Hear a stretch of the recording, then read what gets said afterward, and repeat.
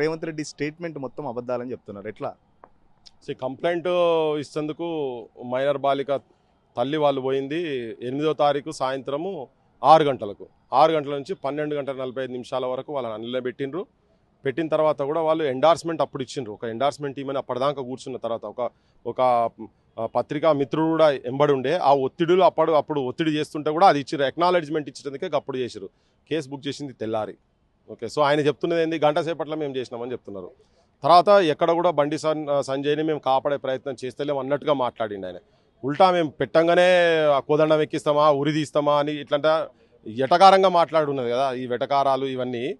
కానీ వాళ్ళిద్దరు మొత్తం కలిసే ఉన్నారు. బండి సంజయ్ అంతకు ముందే బండి సంజయ్ ఇంటికి ఈ బాలిక తల్లి, తండ్రి, బాలిక ముగ్గురు పోతే చాలా హ్యూమిలియేట్ చేసి మాట్లాడి అవమానపరిచి లాస్ట్కు నేను ఏ స్థాయిలో తెలుసు కదా అని బెదిరించి పంపించారని కంప్లైంట్లో కూడా ఉంది. అది